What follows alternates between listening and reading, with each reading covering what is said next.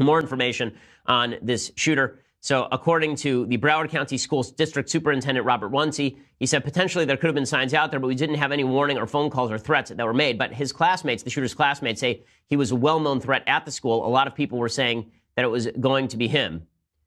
Right? One of the students said everything he posts is about weapons. It's sick. And they are looking at some of the motives behind all of this, but apparently he was a loner. Law enforcement says he was a member of JROTC, Junior Reserve Officer Training Corps. He was apparently in an alternate school, and people didn't want to be anywhere near him. He was reportedly wearing a gas mask and carrying smoke grenades during the alleged massacre. It's not clear where he got the smoke grenades. He used an AR-15 223, which is a semi-automatic, most commonly owned semi-automatic rifle in the United States. That was legally garnered. He had it legally. Apparently, he bought it legally. The smoke grenades, no one knows where those came from or whether he got those legally at all. We also know that the FBI was apparently warned last September about this guy. So there was a YouTube user who used his real name. This guy used his real name, and he wrote in response to a video by a vlogger that he was going to be a, quote, professional school shooter. And that vlogger warned the FBI. On Thursday, BuzzFeed reported the FBI had been warned about someone of the same name in late September 2017. BuzzFeed spoke with the YouTube vlogger, Ben Benight, 36, who said he noticed an alarming response to one of his videos posted and immediately contacted the FBI. Agents with the Bureau's Mississippi field office got back to him immediately, Benight said, and conducted an in-person interview the following day on September 25th. According to BuzzFeed. They came to my office the next morning. They asked if I knew anything about the person. I didn't, said the vlogger. They took a copy of the screenshot, and that was the last I heard from them. So you can actually see the screenshot in which the shooter says, I'm going to be a professional school shooter, and uses his actual name. It is not an alias. It is not a pseudonym.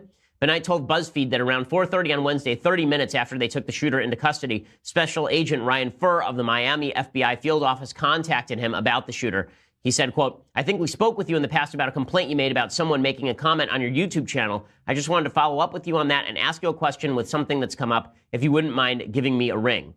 So the agents visited him in person for a second time on Wednesday. They asked me if I knew who he was. I didn't. I don't. Then they left. I guess it's vlogger, not a vlogger, sorry.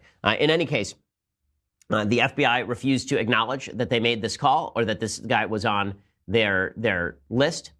According to former classmate Joshua Charo, 16, he said, all he would talk about is guns and knives and hunting. I can't say I was shocked from past experiences. He seemed like the kind of kid who would do something like this. He used to tell me he would shoot rats with his BB gun, and he wanted this kind of gun, and how he always liked to shoot for practice. Apparently, he escaped the school by hiding among the other students evacuating the area, but then he was arrested in a nearby neighborhood at around 4 p.m. So obviously, shocking stuff. So here's the question now. So the question is, what do we do? The question is, what do we do? There's some stories of heroism that I'm going to talk to you about in a few minutes. But what do we do about situations like this? So the Republicans do what the Republicans typically do, right? They say, we need to wait to find out exactly what's happening here. So Marco Rubio says, listen, the senator from Florida, it's his home state. He said, we don't know how this happened yet. In order for us to fight what exactly happened, we have to know what exactly happened and how exactly it happened. Here's Rubio saying this. He just got shellacked on media over this.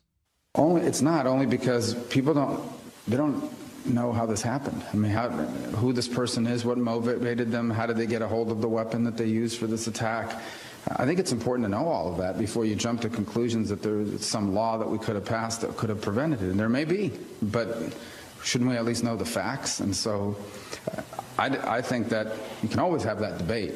But if you're going to have the debate about this particular incident, you should know the facts of that incident before you run out and prescribe some law that you claim could have prevented it. I've seen a lot of that on television, and maybe there is a law that could have prevented this instance. But we don't know that, and neither do they. That's exactly right. But people were saying, how dare he say this? How dare he? Listen, Glenn Kessler fact-checked this statement by Rubio. Rubio made a similar statement last year, saying all the gun laws that have been proposed wouldn't have stopped a lot of these school shootings. And Glenn Kessler, who is no right-winger over at the Washington Post, concluded that this was true. Because, of course, it's true.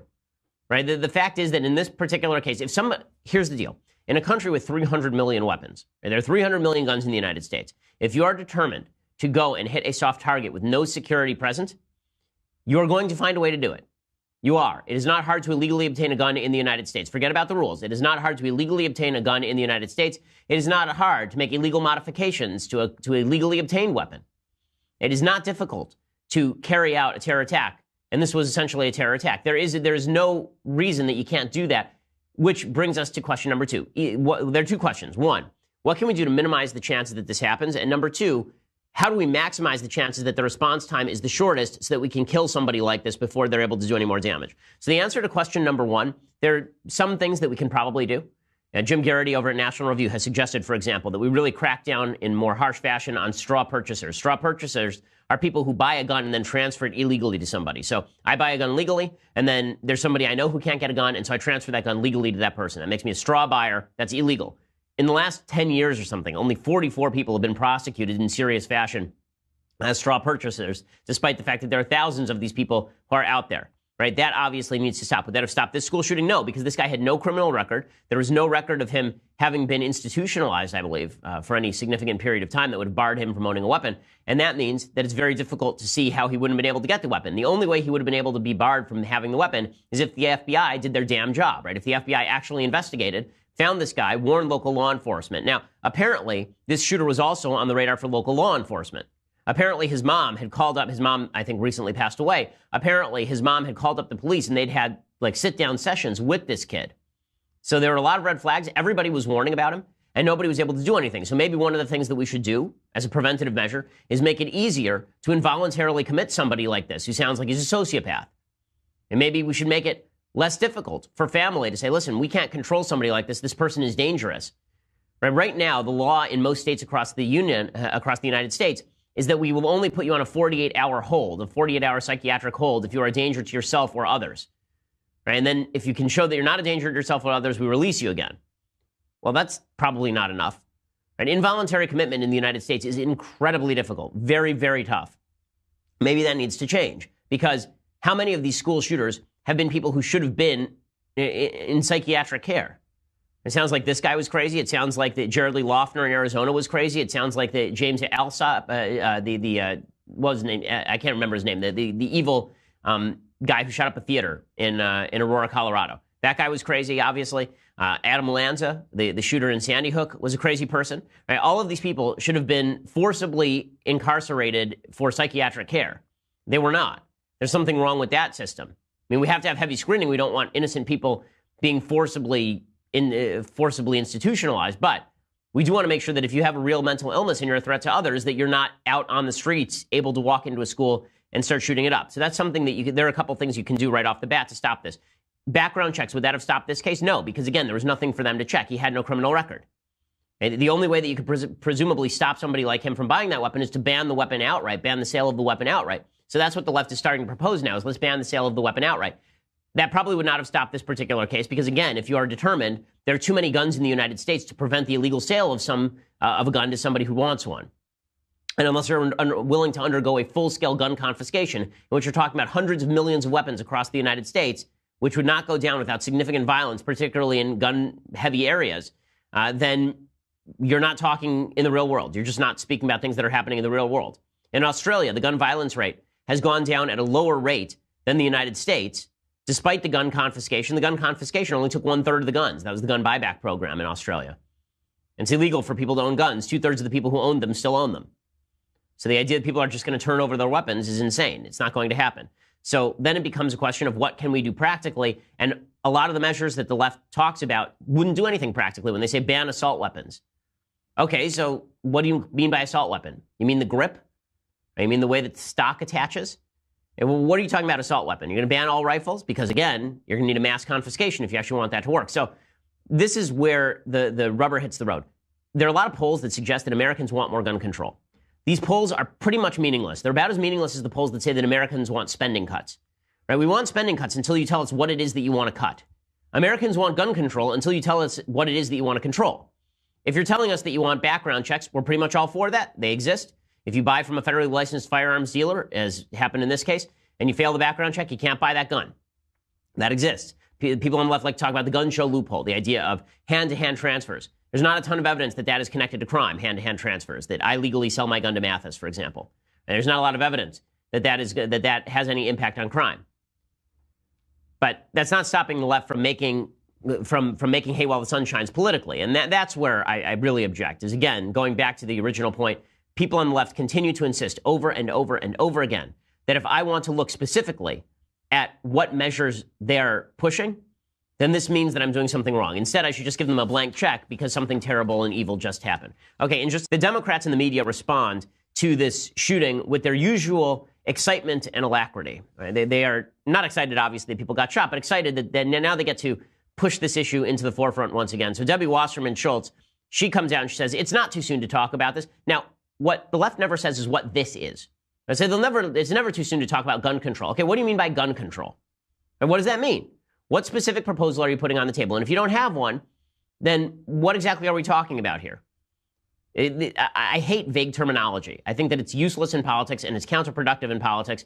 And in fact, all it is for the left is a buzzword. When the Democrats controlled Congress, when they had 60 votes in the Senate and a majority in the House and the presidency, they didn't pass one piece of solid gun control legislation. They could have. They didn't. They knew it was unpopular. They knew the American people wouldn't like it. They knew that in many cases it probably would have been unconstitutional. But here is Debbie Wasserman Schultz again saying it's not too soon to talk about gun control. Listen, I am happy to talk about gun control. But you need to show me what is the specific piece of legislation we are discussing, what is your specific proposal, and then we can talk about it. Otherwise, you just saying I don't like guns is as useless as you saying I don't like nuclear weapons. Okay, I'm not a huge fan of nuclear weapons either. They do a lot of damage, but we have to talk in serious policy terms about the costs and benefits of the United States having nuclear weapons. And the same thing is true with regard to private ownership of guns. Okay, here's Debbie Wasserman Schultz, though, doing the routine.